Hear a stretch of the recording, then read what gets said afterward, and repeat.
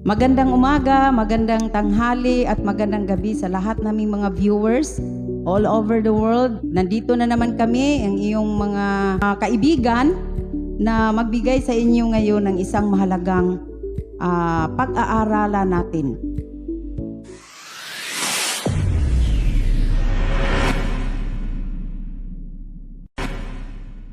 Itong pag-aaralan natin ay tungkol sa mensahe ng tatlong anghel. Bakit ito ay mahalaga? Dahil ito ay tinatawag na harvest message.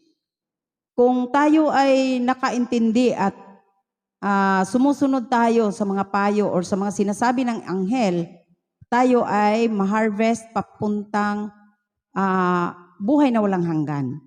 Pero kung hindi natin ito pakinggan, hindi natin pag-aaralan, baliwalain natin ito, at hindi natin ito ma-apply sa ating buhay, lalo na sa panahon ngayon, tayo ay ma-harvest papunta sa kapahamakan. So, para kanino itong three angels message?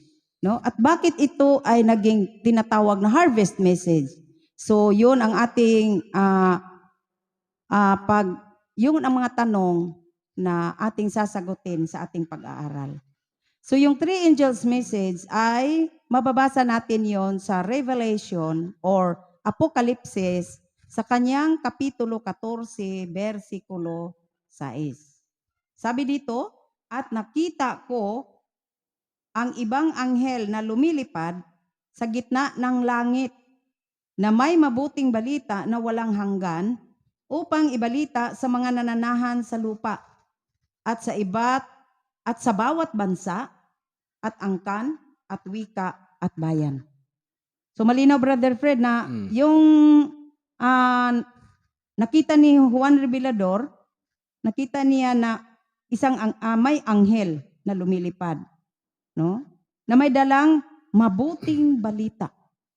So yung balita na to ay tinatawag na walang hanggan. Ibig sabihin na yung balitang dala ng anghel, yun ay walang hanggan. So walang katapusan. Dahil yun ang last na mensahe na dapat nating matutunan para tayo'y maging handa sa pagbabalik ng ating Panginoong Hesus. Di ba, Brother Fred? At saka, tingnan natin kung bakit ay tinatawag itong harvest message, no? Ang pag-harvest ay ang mga tao na harvest yung mga masama papunta sa kapahamakan at yung mga mabuti ay pupunta sila sa buhay na walang hanggan. So, tingnan natin sa Mateo sa kanyang versikulo 13, Mateo 13, versikulo 39. At ang kaaway na naghasik ng mga ito ay ang dyablo. At ang pag-aani ay ang katapusan ng sanglibutan. At ang mga mag-aani ay ang mga anghel. So anong ibig sabihin dito, Brother Fred? Yung anghel ba na literal ang mag-aani sa atin, sa mga masama at sa mga mabuting tao?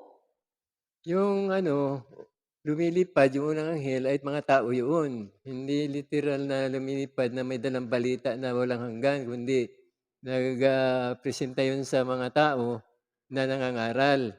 So yung anghel na yun ang mag-harvest ayon sa desisyon ng tao kung marinig na nila yung mensahe ng ebanghelyo na walang hanggang balita, ay haharvestin sila sa kapahamakan o sa kaligtasan. Kung tatanggapin, maliligtas ang tao. Kung hindi, ay di kapahamakan dahil walang ang tutungin ng tao, langit at impyerno. Okay. So, ang sabi dito, ang mag-aani ay ang mga anghel.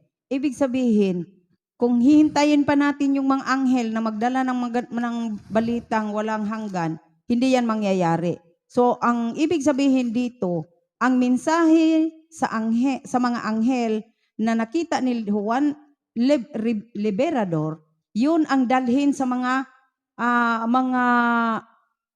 yung mga sumusunod sa Panginoon yung mga Mangangaral. mangangaral, no?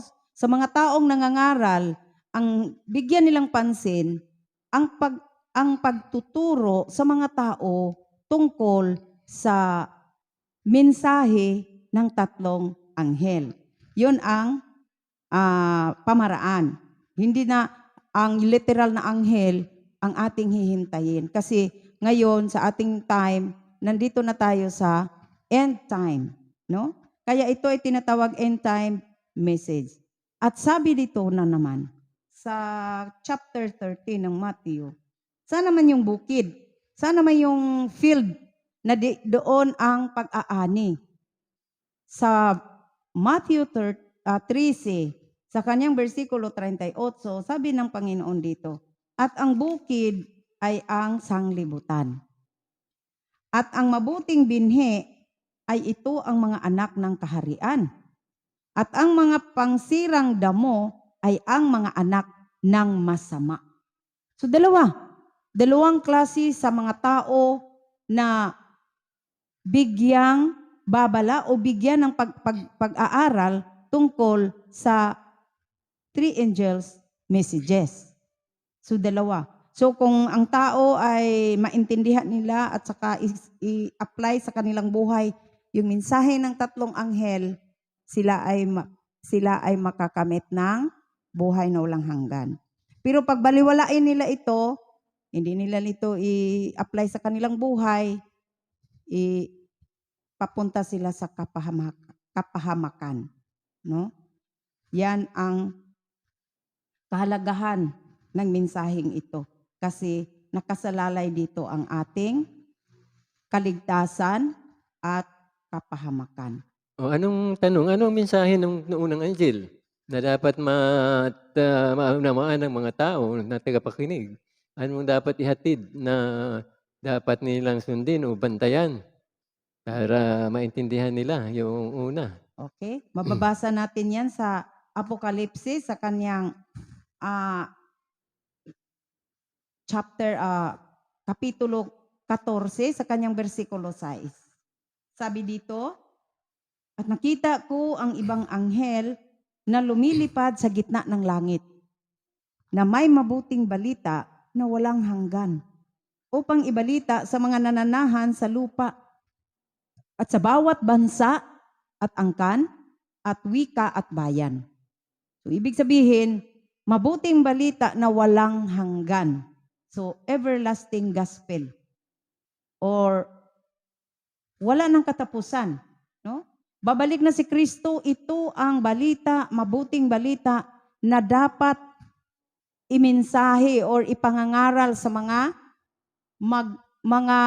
nangangaral ng salita ng Panginoon para ang mga tao ay maging handa sa malapit na pagbabalik sa ating Panginoong Hesus. Kasama pa sa unang angel itong 7.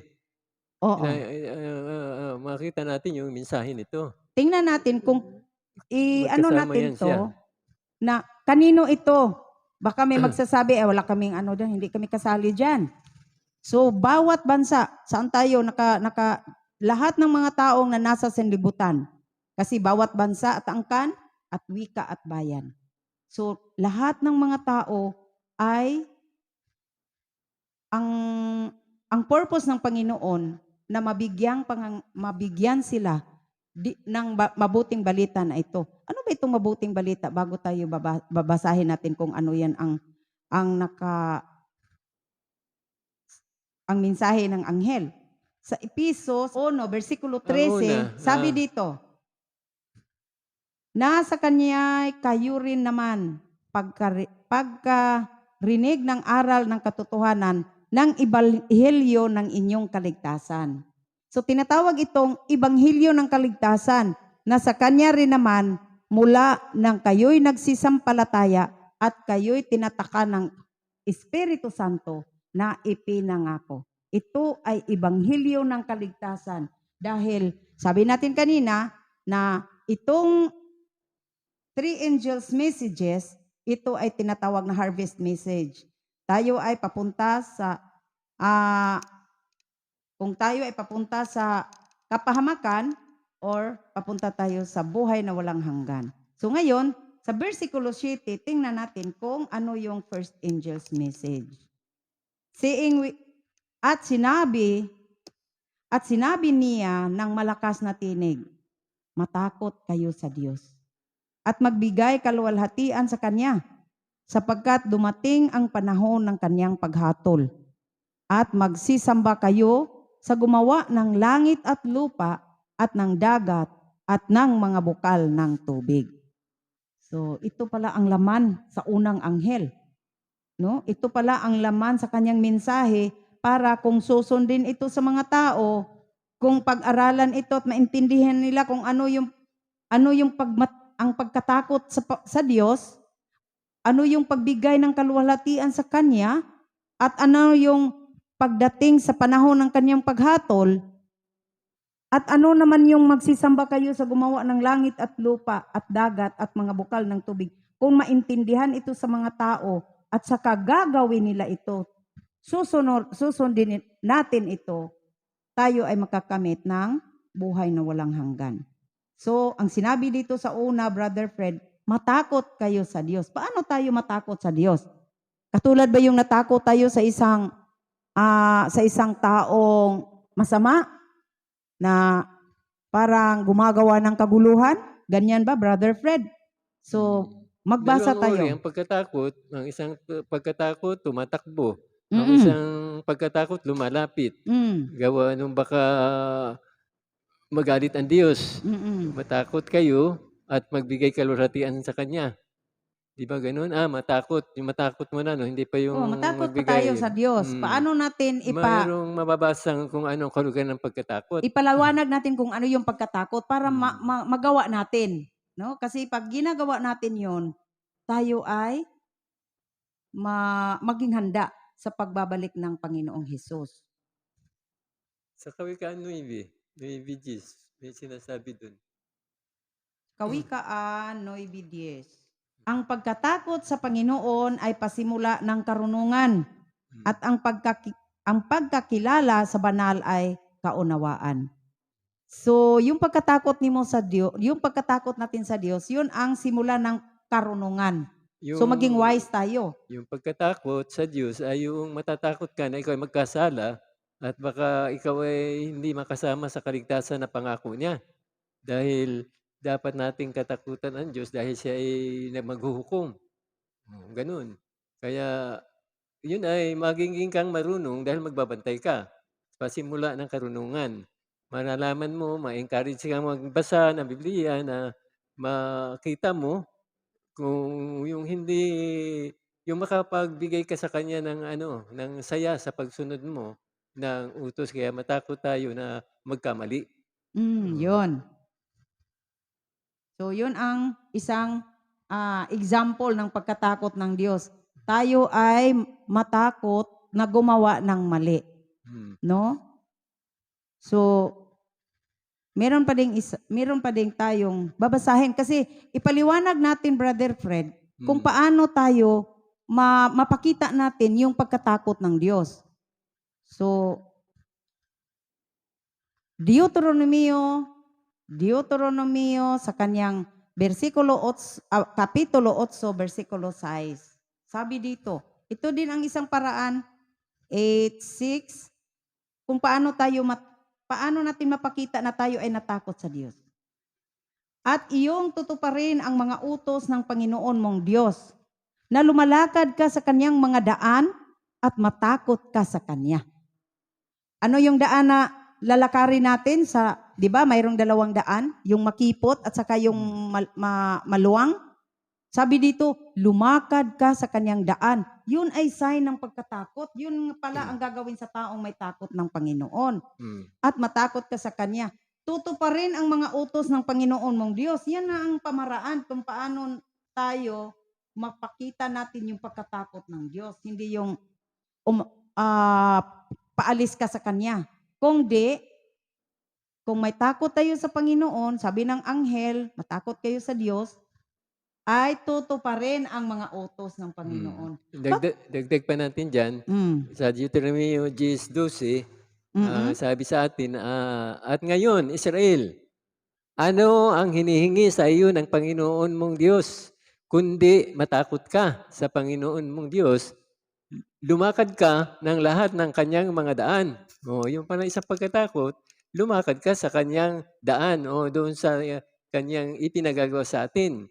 Iibigin mo siya at paglilingkuran mo ang Panginoon mong Diyos ng buong puso mo at ng buong kaluluwa mo. Mm. Oh, yun pala ang dapat kang Parang matakot. nandyan yan sa Ten Commandments, Brother Fred. Mm. Love God with all your hearts, with all your mind, sabi doon, and with all your strength, and with all your soul.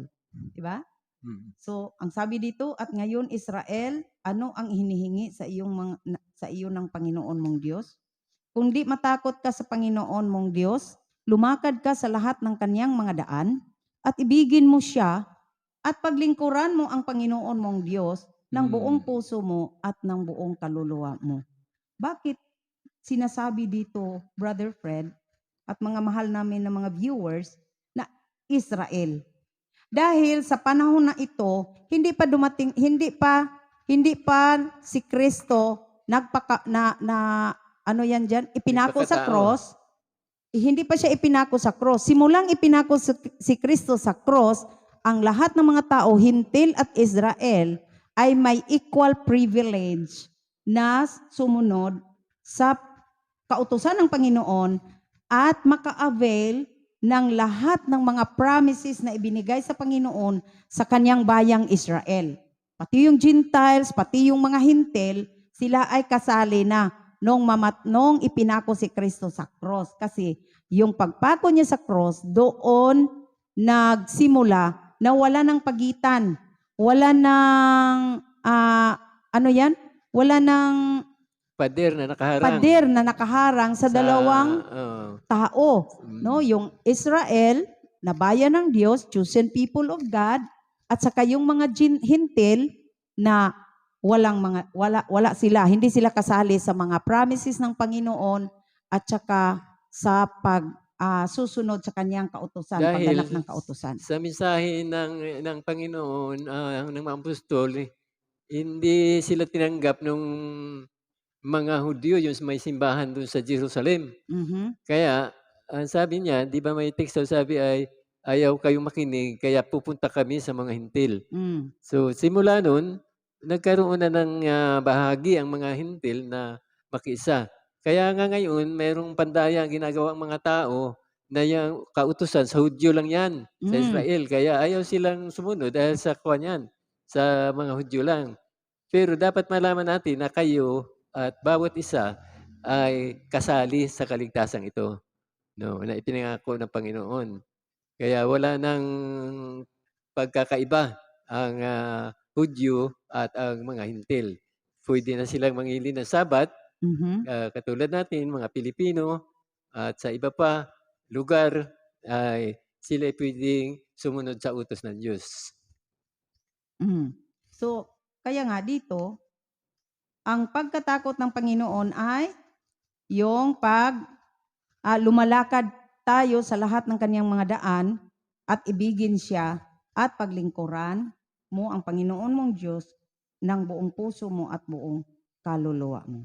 Sabi pa dito sa 13, Deuteronomio 10, sa kanyang versikulo 13, naganapin mo ang mga utos ng Panginoon at ang kanyang mga palatuntunan na aking uutos sa iyo sa araw na ito sa iyong ikabubuti. So pag tayo ay sumusunod, pag tayo ay gumaganap sa mga palatuntunan at sa mga utos ng Panginoon, yun ay ikabubuti sa atin. So, ibig sabihin, pag maging mabuti tayo, handa na tayo sa pagbalik ni Kristo. Di ba? At isa pa, so bigyan natin sila ng mga witnesses, Brother Fred. Ilan ang witness na nabasa natin na nagpatunay na galing sa Bible, galing sa salita ng Panginoon, paano tayo paano natin katakutan ang Diyos. Dito na naman sa sinasabi sa Ecclesiastes sa kanyang kapitulo 12, sa kanyang versikulo 13. Sabi dito, ito ang wakas ng bagay. Lahat ay narinig. ikaw ay matakot sa Diyos at sundin mo ang kanyang mga utos sapagkat ito ang buong katungkulan ng tao. Hmm. Oh. Sabi dito, ikaw ay matakot sa Diyos. Paano tayo matakot sa Diyos? Sundin mo ang kanyang mga utos sapagkat ito ang buong katungkulan ng tao. So kung katungkulan ng tao, obligasyon natin 'yan, Hmm. no? Yun Hindi ang natin ating hindi natin pababayaan 'yon. ang tao na buhay dito sa mundo, hindi lang kumain, matulog, maghanap buhay. Kumain, matulog, maghanap buhay. Mayroon palang gusto ng Diyos na ganapin ang tao samantalang siya naito pa sa lupa, ang sumunod sa utos. No, yun hindi doon lang umiikot sa pagkain, hanap buhay, matulog, hindi yun. Ang sabi diyan sa binasa natin, 13. 13, ito ang wakas ng bagay. So Lahat wala nang oo. kuan, 'yun ang katapusan sa Mm, bagay. Lahat ay narinig. Ibig sabihin, ipinangangaral ito, lahat ay pahaalamin. Kaya nga, sa wakas ay matatapos muna ang pangangaral bago magwakas. At ika'y matakot sa Diyos, sundin mo ang kanyang utos sapagkat ito ang buong katungkulan ng tao. So, yun. Hindi lang pala tayo dapat nabuhay dito na wala tayong tungkulin sa Diyos sapagkat siyang may-ari sa atin, siyang may-ari ng ating buhay, may tungkulin tayong tumanaw ng utang na loob at may pangako pa yun. Ang pangako pa ay kaligtasan kung makakasunod tayo sa mga ipinagagawa ng Panginoon. Kaya matakot tayo na hindi tayo maligtas, hindi makasama sa pangako niya. Kaya sundin natin yung utos ng Diyos at ito ay katungkulan. No? Katungkulan ng tao. Kaya yan ang pinakamabuti nating gawin. No? Dahil sabi, magwawakas ang lahat ng bagay. Ay ano lang ating ginagawa? Ginagawa lang natin yung pansarili natin. Wala tayong ginagawa sa Panginoon na ang pagkatakot para baliwala na ang Diyos. Pagkatakot ay tayo sumunod pala. Sumunod tayo sa kanyang utos. Gaganapin natin ang kanyang mga utos. Yun ang ibig sabihin pagkatakot sa spiritual na pagkatakot. Mayroon namang hindi spiritual na pagkatakot, yung takot sa aswang, tatakbo, yun. Takot sa mga kung ano-anong mga Masamang bagay. tao. Sa Diyos, ang pagtakot, matakot sa kanya, lalong lumapit. Para maligtas, mabigyan ng proteksyon. At sabi doon, Brother Fred, at iibigin mo ang Diyos sa buong buhay mo. Sabi Buong dito, puso paano mo. natin sa buong puso mo? Paano natin maiibig o mapakita natin yung ating pag-ibig sa Panginoon? Juan 14 sa kanyang versikulo 15. Sabi dito, John 14:15, kung ako'y inyong iniibig, ay tutuparin ninyo ang aking mga utos. So magkadugtong. So hindi sila sila ay nag-agree na ang pagkatakot pala ng Diyos ay ang pagtutupad ng kanyang mga utos at ang pag-ibig pa din sa Diyos. Kung iniibig natin ang Diyos, sundin natin tutuparin natin ang kanyang mga utos. Pero mayroong magsabi, Brother Fred, na tayo ay saved by grace. Pero ang sabi doon, kung tayo ay naligtas sa grace, we are saved by grace, isipin natin, meron tayong katungkulan or tungkulin sa Panginoon ang pagsusunod or paggaganap sa kanyang kautusan. At sabi doon, mayroong sinabi na tayo'y nilalang para magbigay sa kanya ng kapurihan. Di ibig sabihin, sige ikaw, maging tao ka, mayroon kang katungkulan sa Diyos na makapagbigay ng saya sa kanya. Makapagbigay ng kapurihan. Kaya tayo ay natao. No? Tayo ay kanyang ginawa. Ginawa. At mayroong layunin ang Diyos kung bakit magbigay tayo sa kanya ng kapurihan. Maglingkod sa kanya. No? Hindi yung tayo lang nabubuhay, parang tayo na may-ari sa ating sarili. No, wala na tayo katulad sa panahon ni Noe, maaaring ganun mangyari kung tayo ay hindi magpapansin nito na akala ng mga tao noon ay sila na yung may-ari ng kanilang buhay. Inaabyan na lang nila, nagsisikain, nagsisiinom, nangag-aasawa, Hanggang si Noe pumasok sa daong. So, hanggang dumating na yung wakas. Katulad din ngayon, kinot niya ni Kristo sa Mateo 24 na inulit niya yun na walang takot sa Diyos, no? Mateo 24:39, 37 hanggang 39, no? Siya mismo Oh, ang nagbasa nito. sabi dito, at sa Mateo 24, Kapitulo 24, sa kanyang bersikulo 37, 37. at kung paano ang mga araw ni Noe, gayon din naman ang pagparito ng anak ng tao. Hmm. Tuloy sa hanggang Sa 39. 38, sapagkat gaya ng mga araw bago magkagunaw, sila'y nagsisikain at nagsisiinom, at nangangaasawa at pinapapag-asawa, hanggang sa araw na pumasok si Noe sa daong. 39.